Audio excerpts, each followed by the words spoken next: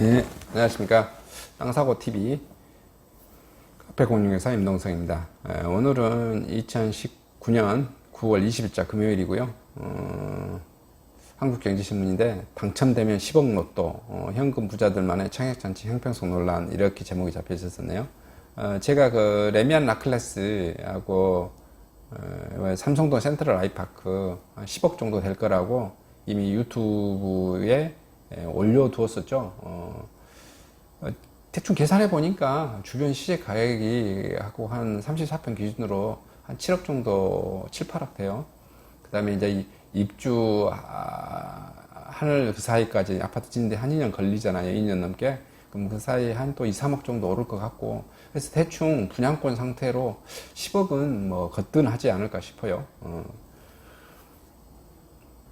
그래서 10억이라고 했더니 여기 또 뭐 신문에도 이렇게 나왔습니다.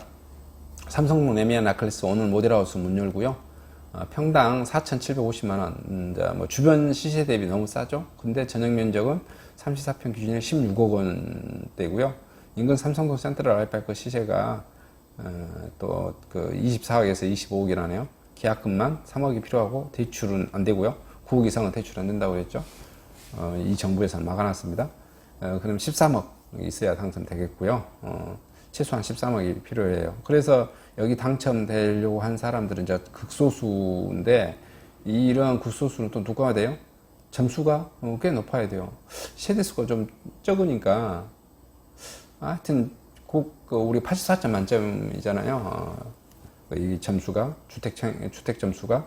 그런데 한 70점 이상 되어야 당첨되지 않을까. 그리고 또 현금도 이렇게 한 13억 정도씩은 있어야. 그래서 완전히 그들만의 리그라고 좀 봐야겠죠. 일반 중산층도 넘볼 수 없는 그런 거겠고요. 그 다음에 이제 세입자 보호 강화 추진해서 재건축 사업이 더 어려워진답니다. 임차인 보호 강화 당정 해변인데요. 특히 이제 그 상가, 아파트가 있으면 아파트가 있고, 그 아파트 상가가 있잖아요. 근데 아파트 상가 임차인들은 거기다가 자기 인테리어 시설을 이렇게 넣잖아요. 그거에 대해서 서로 이렇게 건물주는 내몰라라 하고, 또 이렇게 개발하는 조합원들도 내몰라라 하고, 임차인들은 거기서 이제 그럼 실력 행사로 맡고 뭐 이런 거죠. 그래서 이걸 좀 보호해 줘야겠다 해서 이제 그 민주당 측에서 당정 협의를 해서 어떻게 했냐. 자, 임대인이 철거 재건축을 이유로 계약 갱신을 거절할 경우 상가 임차인에게 우선 입주 요구권, 이게 재건축이 완료되고 나면 우선 입주 요구권, 이게 이제 자세한 상세 내용은 모르겠습니다. 또 나오겠죠. 근데 그 상세한 내용, 또 금액 가지고 싸우겠죠. 그래? 입주는 해라. 근데 이제 예를 들어서 재건축 하게 됐으면 그게 원래 1000세대짜리 아파트인데 입주하고 나니까 3000세대 됐잖아요. 그러고 나면 상가 건물주는 엄청 더 많이 받고 싶어 하겠죠. 그거 가지고 제가 보기에는 100% 또 싸울 것 같아요. 그 다음에 또 상가 임대차 분쟁조정위원회 조정 신청이 있을 경우 곧바로 조정 절차를 개시하고, 또 이것 말고도 우선 입주요구 말고도 가장 또 큰 거 퇴고 보상 청구권이라는 게 있어요. 이게 그 퇴고 보상 청구권이라는 게 말은 돌려서 말한 이 말이든 저 말이든 제가 보기에는 그 임차인들에 대한 그 인테리어 시설비와 그 영업보상권, 이거에 대한 하겠죠. 그러면 또 입주를 개발하는 이 조합 측에서는 어떻게 해요? 아마 해주더라도 인테리어 비용 정도만 살짝 할 거예요. 당신이 아파트 상가에다가 인테리어를 2억을 발랐어. 그래서 5년간 했는데 2년 썼어. 그러면 예를 들어 3년간 했어. 그럼 2년밖에 안 남았네. 그러면 그런 식으로 계산할 거잖아요. 그래서 그분들은 주려는 금액이 조금일 거고, 임차인들은 어떻게 해요?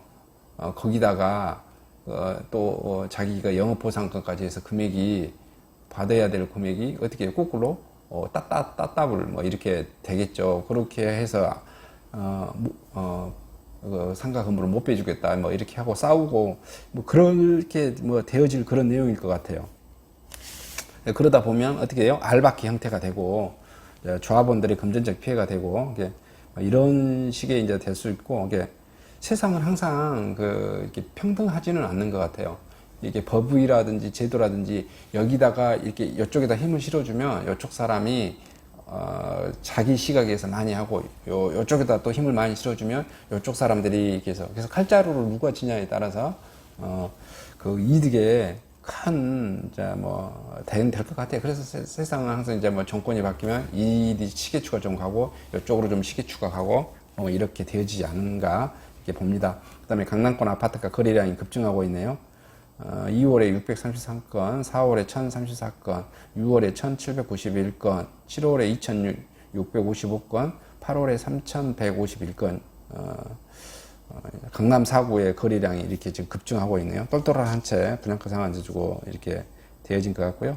평택 지지역 더샵 센트럴 뭐 거의 2,000가구 분양하네요. 그러면 이제 분양가 상한제 역설에서 집값 상승이 확산되고 있고요. 서울도 이렇게 올라가고 있는데 경기도가 더 이상하게 또 가파르게 오르고 있네요. 근데 경기도는 이게 좀 이제 조심을 해야 돼요. 제가 봤을 때는 강남하고 가까운 쪽만 좀 이렇게 더 되고 아니면은 좀 멀리 있다면 그 지하철이라든지 그런 교통편이 아주 좋다라든지 뭐 요게 좀 받쳐져야 되어질 것 같고요.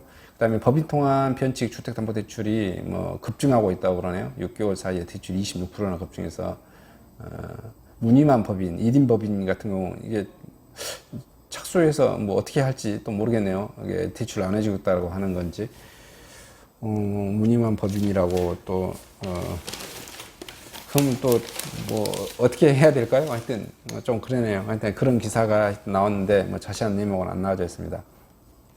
그다음에 풍선 효과만 부른 규제, 서울 신축, 청약 쏠림 더 심해졌고 그런 내용입니다. 지금 반시장 규제 이제 후폭풍 때문에 뭐 계속해서 지금 이 뉴스 나오니까 여기도 좀 생략을 하고요. 서울 전세가 12주째 상승, 경기도에서 35개월 만에 최대폭으로 올라, 뭐 이렇게 전세 시장도 들썩인다는 내용인데, 근데 특이한 것은 경기도 전세 지수가 단위가 서울보다 더 가파르게 오르고 있네요. 가파르게 오르고 있어.